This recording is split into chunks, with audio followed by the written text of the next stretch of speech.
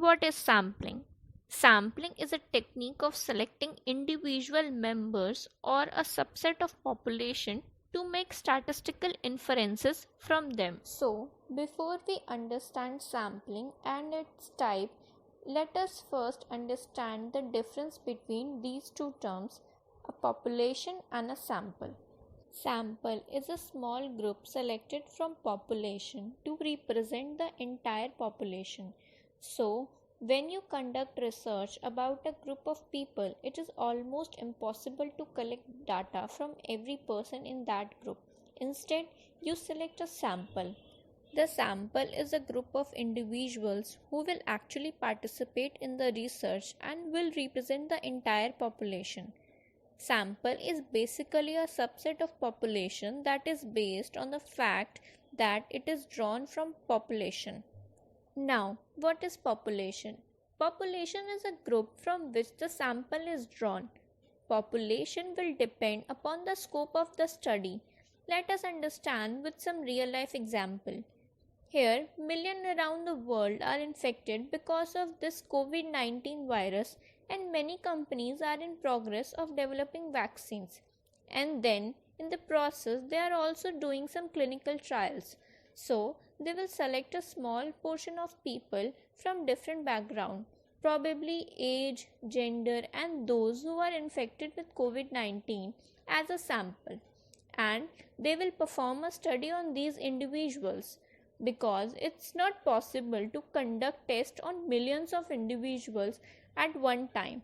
So, that is a difference between the population and a sample.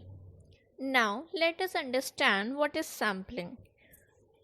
Sampling is a method that allows researchers to infer information about population based on the result from sample without having to investigate every individual.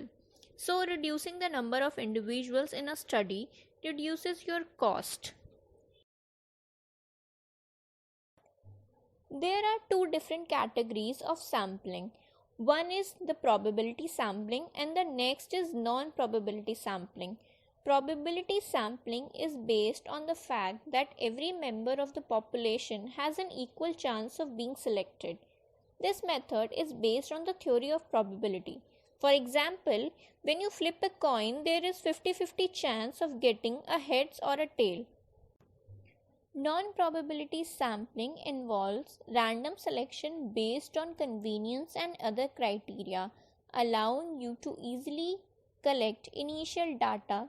So the main focus is that it is allowing you to select sample based on convenience. There are four types of probability sampling. The first is simple random sampling. In this technique, every member of study population has equal chance of being selected. Selection of items completely depends upon chance and randomness. Therefore, this technique is also known as method of chance. Let us assume that we have this population which represents a broad category of people of different age, gender, nationality and profession. And if we have to apply this simple random technique, we will select a sample from this population based on randomness and chance. So, the sample that we have are from these four individuals that we have selected. So, these are selected based on randomness and by chance. The logic behind using this simple random technique is to remove the biasness on the selection process. Next is systemic sampling. In this technique, first element is selected randomly from the list or from the sequential files, and then every nth element is selected. Let us assume again that we have this population which represents a broad category of people, and if we have to apply this technique of systemic sampling, we will select sample from this based on the fact that we will select first sample randomly, it could be anyone, and then we apply the nth element from this list. This method is different from simple random sampling since every possible sample of the population is not likely to be equal. Next is cluster sampling. Cluster sampling is a sampling procedure that involves randomly selecting a particular cluster of an element from a group of population and subsequently selecting every element of a selected cluster for study. So, with cluster sampling, the researchers will divide the population into separate groups called clusters, which could be groups of externally homogeneous but internally heterogeneous groups.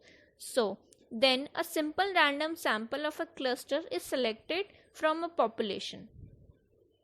Let us assume that we have this population which represents a broad category of people of different age, nationality, gender, and profession, and if we have to apply this sampling technique, we will divide the entire population into different groups, which is externally homogeneous but internally heterogeneous groups called cluster.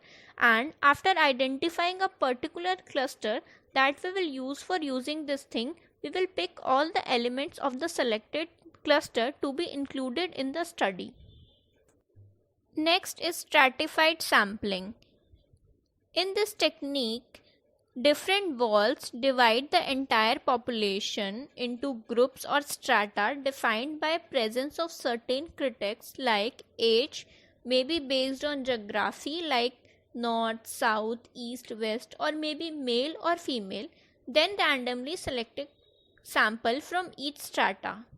Let us assume that we have again this population which represents a broad category of people, and if we want to divide this entire population into different strata, we will first divide the population into male, female, and elderly.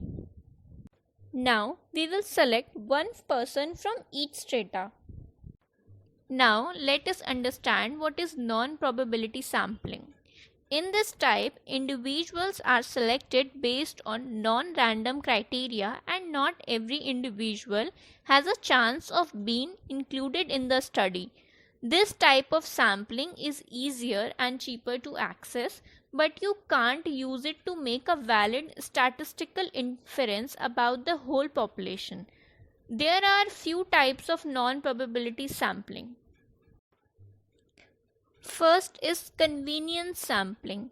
It involves selecting sample based on convenience. A convenience sample simply includes individuals who happens to be most accessible to the researcher. This is easy and inexpensive way to gather the initial data, but there is no way to tell if the sample is a true representation of entire population. This type of sampling is also known as accidental sampling. The next type of non-probability sampling is the snowball sampling. Here you select sample and ask them to refer you to others. It is also known as snowball sampling because if you have a ball rolling, it picks more and more snow along the way and becomes larger and larger.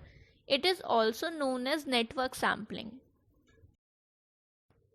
In non-probability sampling, we have another category like quota sampling. Quota sampling means to take very tailored sample that is in proportion to some trait of a population.